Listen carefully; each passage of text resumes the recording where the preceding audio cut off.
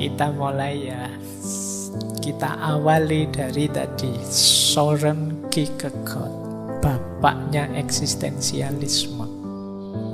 Søren Kierkegaard ini eksistensialisme agak humanistik, cara berpikirnya agak manusiawi. Itu ringkasan pandangannya Kierkegaard tentang cinta sebelum nanti ada penderitaan atau patah hati. Itu kalimat-kalimatnya lengkap. Kalau teman-teman ingin mendefinisikan cinta, boleh meminjam teorinya Kierkegaard ini. Kata Kierkegaard, manusia itu terlahir ke dunia ini untuk memberi dan menerima cinta. Tanpa pengalaman itu, hidup akan jadi hampa. Jadi kalau ada yang tanya, untuk apa aku hadir ke dunia? Untuk mencintai dan untuk dicintai. Tidak kok, kita itu untuk berbuat baik kok. Iya, ketika kita berbuat baik, kita akan dicintai orang. Dan kebaikan puncak itu tidak lain ya cinta itu sendiri. Jadi hidup ini ya isinya hanya untuk mencintai dan dicintai. Hubungan kita dengan apapun ya puncaknya nanti cinta, termasuk dengan Tuhan. Jadi ini jawaban versi Kierkegaard ya tentang cinta. Ya cinta itu sebenarnya ya amanat hidup, bahwa kita ini hidup untuk mencintai dan dicintai. Jadi ini idealnya begitu. Meskipun ya banyak orang lupa hari ini, lupa bahwa dia juga perlu dicintai. Berarti apa? Jangan melakukan yang buruk-buruk.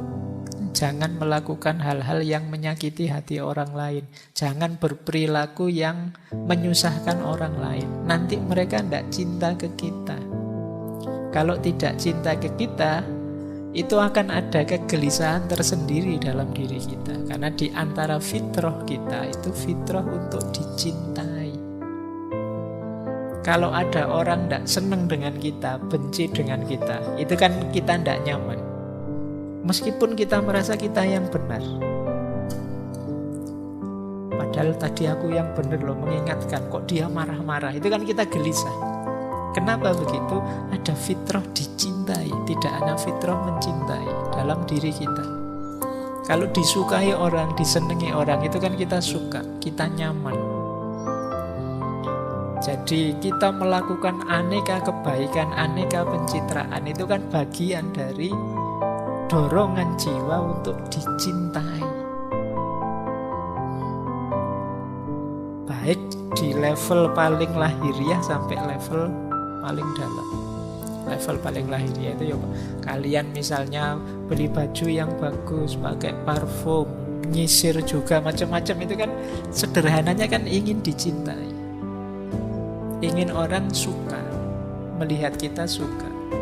Itu mengapa kalian dandan, pakai baju dan macam itu kan waktu keluar ketemu orang. Kalau di kamarmu sendiri kan ya kamu pakai celana pendek, kaos sobek-sobek, santai, kelekaran kan tidak masalah. Tidak ada orang lain masalahnya.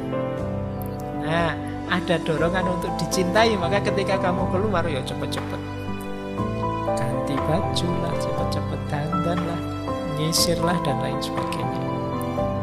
Jadi versinya Kierkegaard ya manusia itu lahir ke dunia untuk memberi dan menerima cinta. Kalau tidak ada ini, hidup rasanya hampa. Tidak ada orang atau sesuatu yang kita cintai dan kita juga tidak dicintai balik. Itu hidup rasanya kosong.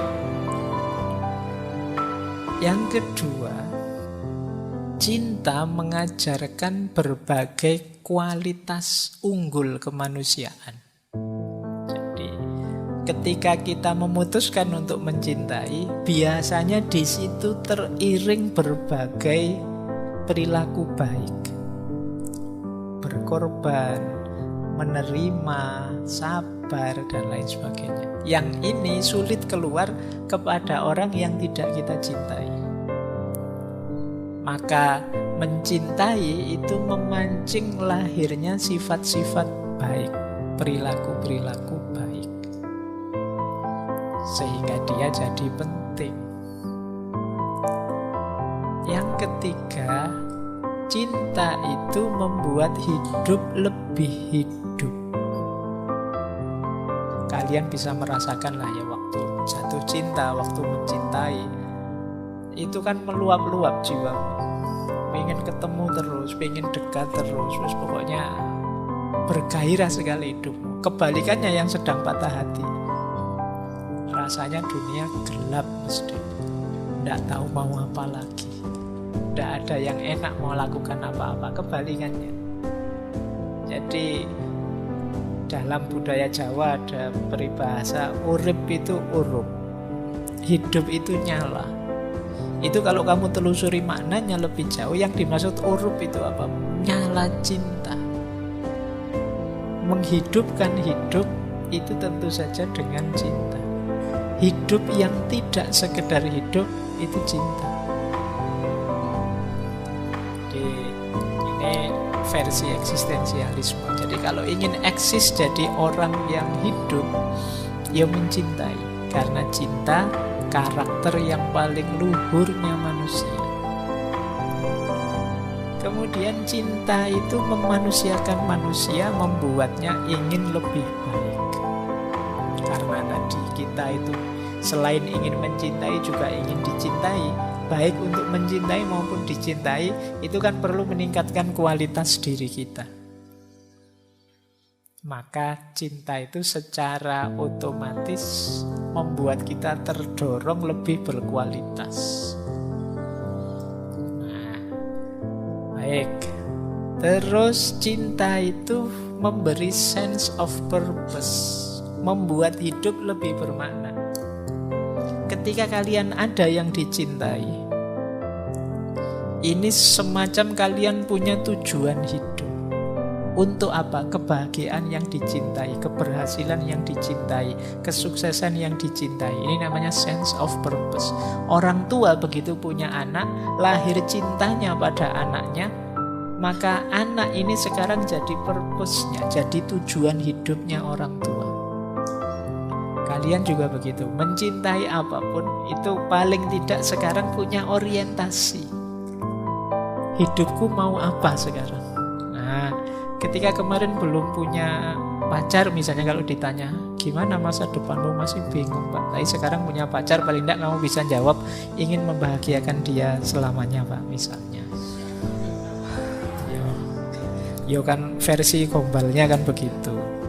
Tapi paling tidak kan ada tujuan sekarang. Hidupmu ada yang dituju. Saya ingin cepat lulus Pak, biar cepat dapat kerja terus bisa melamar. Itu kan paling tidak memberi sense of purpose. Ada tujuan. Atau kalau belum punya ya kamu mencintai siapalah gitu, sahabat atau sopo, itu memberi sense of purpose. Dan puncaknya tentu saja mencintai Tuhan. Baik. Terus lagi ya, kata Ki Kegat, ada secercah sifat Tuhan dalam diri kita yang ini tidak ada di makhluk yang lain, yaitu mencintai. Tuhan itu kan Sang Maha Cinta, dan percikan karakter cinta itu ada di manusia. Nah, ya ini masing-masing nanti bisa diuraikan panjang lebar, tapi itu ringkasnya pandangannya Ki Kegat tentang cinta. Tetapi ada tetapinya, bukan cinta yang romantik. Kenapa? Cinta yang romantik itu belum cinta yang sebenarnya. Masih cinta yang egois dengan banyak syarat. Nah, sulit bilang cinta romantik itu cinta yang ikhlas tulus, karena di balik itu ada hasrat, ada keinginan. Maka kata Ki Kegat, cinta romantik itu ya sebenarnya masih perwujudan ego, syaratnya masih banyak. Jadi aku mencintaimu karena ini karena itu, atau untuk ini untuk itu. Ini namanya masih ada syaratnya. Kalau ada syaratnya belum tulus. Tulus itu kan apapun dia, seperti apapun kondisinya, feedback apapun yang diberikan padaku, aku tetap mencintai. Ya mungkin ibaratnya orang tua sama anaknya, atau Tuhan sama manusia, itu kan begitu. Tidak ada syarat apa-apa. Kata Ki Kegat, cinta romantik itu tumbuh berdasarkan khayalan-khayalan dan pembenaran utilitarian. Makanya cinta romantik itu banyak lamunan-lamunannya, bayangan-bayangan, khayalan-khayalan. Kalau aku bisa bersamamu seumur hidup, alangkah bahagia hidupku, luar biasa, dan seterusnya. Begitu nikah gegeran. Terus pisah. Terus waktu ditanya, kok nikah belum lama pisah? Tidak ada kecocokan. Kok iso tidak ada kecocokan? Itulah kemarin mikirnya apa? Nah, jangan-jangan terjebak di khayalan-khayalan. Kemudian pembenaran utilitarian. Pembenaran utilitarian itu karena aku dienakkan, karena aku dinyamankan, karena aku diasikkan, maka aku bisa mencintai terus. Tapi kalau sudah tidak enak, tidak asik, merasa tidak sesuai lagi, ya kita bisa. Ini namanya pembenaran utilitarian. Utilitarianisme itu kan paham etika yang mencari kesenangan paling besar. Nah, cinta romantik itu biasanya ke situ. Teman-teman mencari yang paling asik, yang paling enak. Kenapa kok sekarang pacaran ternyata enak diajak ngomong? Kalian yang kalau diajak ngomong tidak enak langsung mengkeret kan? Saya tidak terlalu pinter ngomong. Ya memang karakter cinta romantik begitu. Mencari yang enak. Jadi bukan berarti salah, tapi dia belum sampai ke terminal cinta yang level tinggi tadi, yang ketulusan tadi. Jadi cinta romantik belum. Di cinta romantik perempuan menjadi objek karena jadi hasrat seksualnya laki-laki, sementara laki-laki jadi objek karena dipandang melengkapi dan mendampingi hidupnya perempuan. Perempuan mencari pendamping, sementara yang laki-laki mencari pelampiasan hasrat. Nah, ini teorinya Ki Kegat ya. Kalian boleh setuju, boleh enggak. Kalau jujur mungkin ya setuju. Meskipun alasanmu daki-daki cinta tulus, ndak pamrih, ndak apa, ya ujung-ujungnya nanti ke situ. Nah, ini pandangannya Ki Kegat tentang cinta romantik. Makanya di cinta yang jenis ini ya nanti banyak muncul penderitaan, banyak muncul patah hati. Sulit menemukan misalnya orang tua yang patah hati dengan anaknya misalnya. Kenapa? Cintanya jauh lebih tulus. Meskipun kemarin oleh Kopinghu juga dikritik, kadang-kadang juga tidak tulus. Tapi sulit, lebih banyak menemukan kasus patah hati itu di cinta romantik ini. Kenapa? Ya masih banyak pamrihnya, jadi masih banyak kecewanya. Meskipun begitu, kata Ki Kegat, ya memang yang namanya cinta itu gandengannya penderitaan. Kenapa? Karena cinta itu tidak egois. Kata Ki Kegat, penderitaan itu bagian paling penting kalau kita ingin memahami cinta. Mustahil kita mengalami cinta sejati kalau kita takut terluka.